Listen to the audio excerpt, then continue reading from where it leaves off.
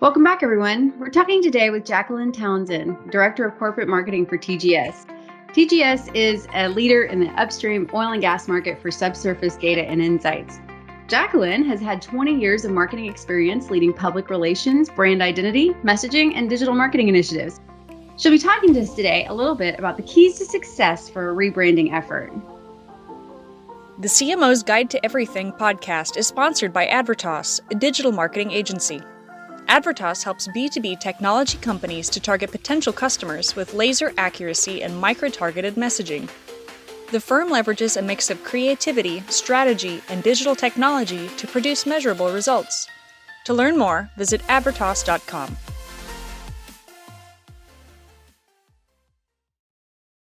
Welcome, Jaclyn.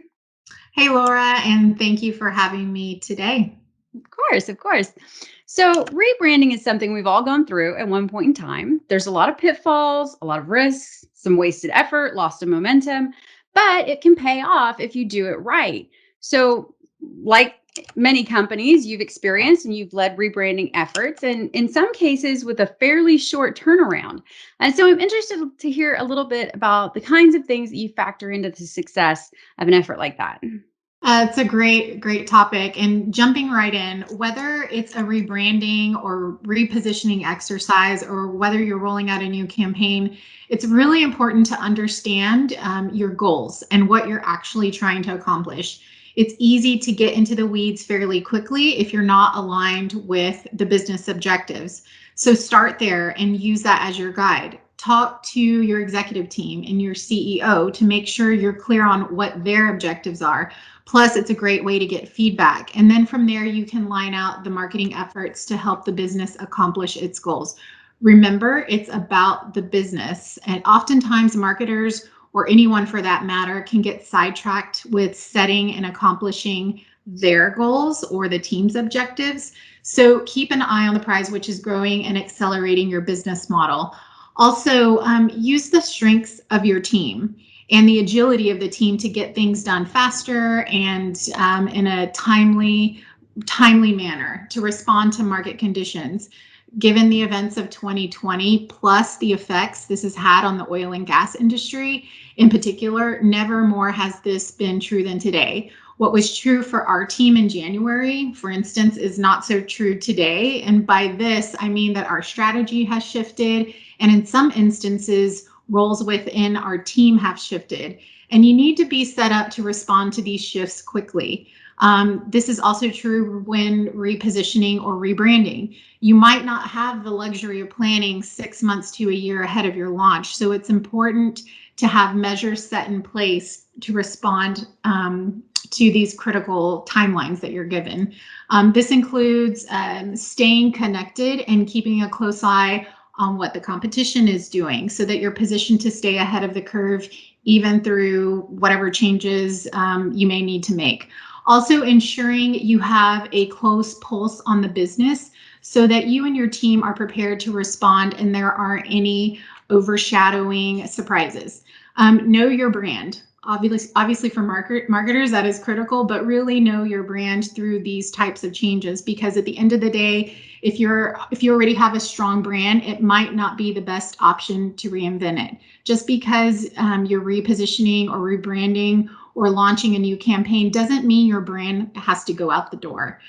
And then finally, use your network. There are lots of experts and resources to branding, PR, digital marketing, et cetera, that can help you walk through the process. So be open to the fact that you might not know everything. Sure, that makes a lot of sense. So what would you say are some areas that tend to get overlooked in a rebrand? I think if I had to list one important area that tends to get overlooked, it would be internal communications. You must educate the people within your company about what you're doing, why you're doing it, how you're doing it, and most importantly, why it's important to them. What impact will it have on them? Because at the end of the day, our people are our most valued advocates. They are the people who walk alongside your brand every single day and carry the message outside of the company. Make sure the people who engage with your customers through each touch point are fully aware of your marketing efforts and your key messages. In our case, from the geoscience team to the sales team, It's really everyone should be aware of what you're doing.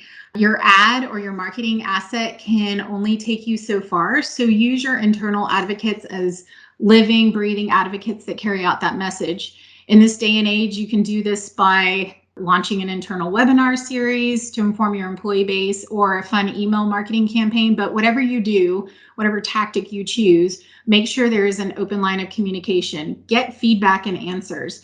Some of our most prized ideas have come from people actually outside of the marketing team. So in my mind, everyone in an organization is a marketer. So really use this to your advantage. Absolutely. Absolutely. To switch gears just a little bit and talk about more of the tactics, I know in your particular case, TGS has both an account-based marketing team and a lead generation team for new clients. Typically, when you do a rebrand, it's geared at winning new customers or entering new markets or something like that. But with account-based marketing, the big customers tend to get the lion's share of the marketing investment. So when you go to do a rebrand, how do you typically allocate time and resources between the two when you're trying to communicate these two messages, or the new message in general? Sorry. Yeah, this is a great question because the two approaches, as you know, can be really different in regards to tactics, as you just mentioned, but share some similarities when you're talking about communicating your new messaging. Marketing is about supporting sales and the growth of your business, right? But it's also about sharing your story and building and nurturing relationships. So whether you're trying to tap into a new market or gain new customers or keep the ones you have, messaging during a rebrand, reposition, new campaign should consist of a few things. The first is to explain your story and how it relates to your key audience's needs. This is crucial when you may not know who you are or what you stand for. So you have to position your company and your messaging so that it's relatable, so that someone who doesn't have that existing relationship with you yet wants to know more. Or if you're marketing to your existing customer base or existing accounts, ensuring those customers understand why they should continue to do business with you and stay a customer even during a shift. This is where the messaging part can kind of split off.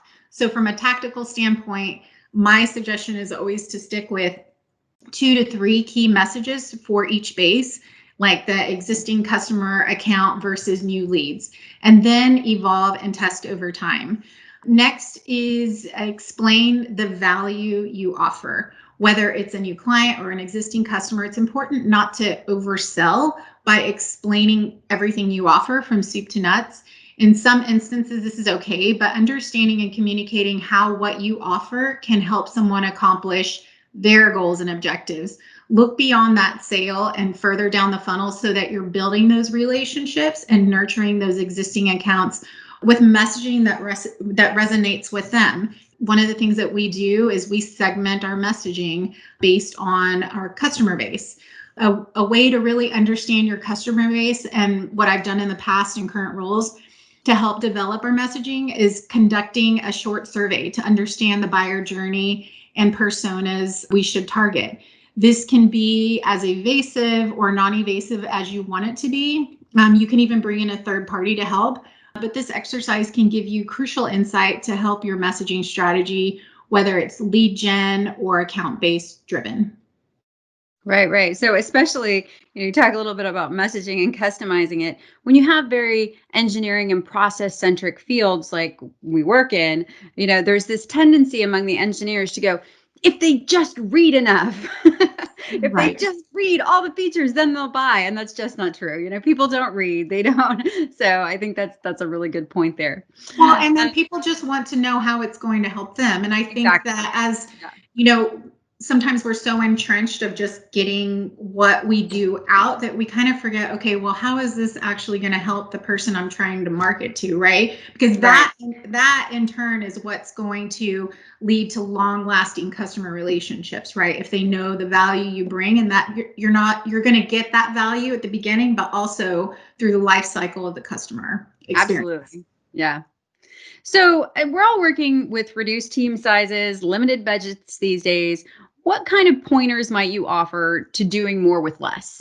There are a few. There's probably more than this, but the few that come to mind are focus. I cannot stress this enough because it's really easy to want to do everything. And sometimes we try to, but if we don't have focus, things won't get done. And it will be hard to make sense of what you're doing is successful or not. For instance, if your strength as a team is digital marketing and messaging, stick to that and use tools that can help you build on those strengths. Or if your team's strengths are production and visualization to tell your story, stick to that and perhaps develop a repository of infographics to help tell your story, which can then be used through the various channels that you use. Sure. And always remember to ensure what you're doing lines up with your business objectives. So there's that again, that we can sometimes forget. This will always provide the focus you need within your marketing organization. And then I guess the other thing would be to test and test again. Test what works and what doesn't work and create a culture where your team has the freedom to make suggestions and to be bold. If your team is nimble and small and you're trying to do more with less, if something isn't working, don't belabor it. Just move on to the next thing. Or if something is working, stick with it. It doesn't mean like just because somebody has something new and shiny that you have to do it. If what you're doing is working, stick with it.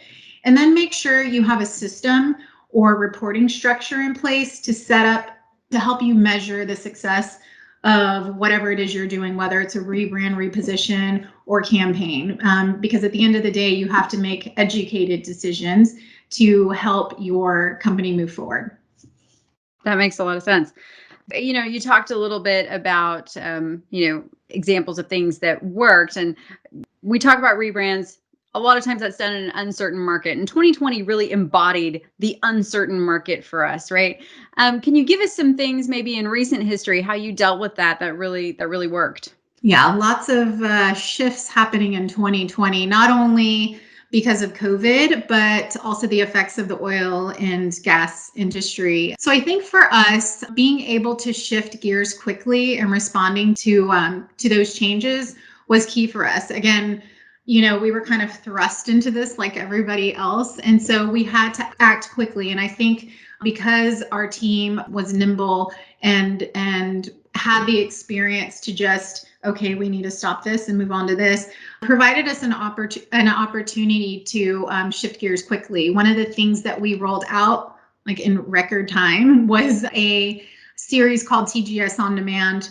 Because of the reduction and cancellation of in-person events, we really had to think about how we were going to get our message out if we weren't able to rely on one of our heaviest touch points. And so we rolled out TGS On Demand, which is kind of an on-demand webinar platform. And we were able to roll out something like 50 plus webinars in a couple of months so that our customers had a place to come and learn more about what we do and what we offer them. Wow, that's a lot.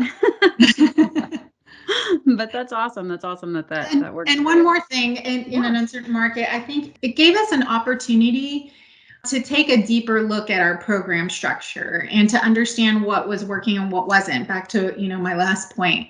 Right. And I think even though the market is uncertain, there's still opportunities there to help your team position yourself for success after the uncertainty period ends, because at the end of the day, you want to come out of an uncertain market looking like a shining star, that you've actually taken a look at your programs and the structure and what you're doing to make sure that you're able to respond to a positive market or wherever the market takes you. So that was another thing that I think the uncertain market period has provided us.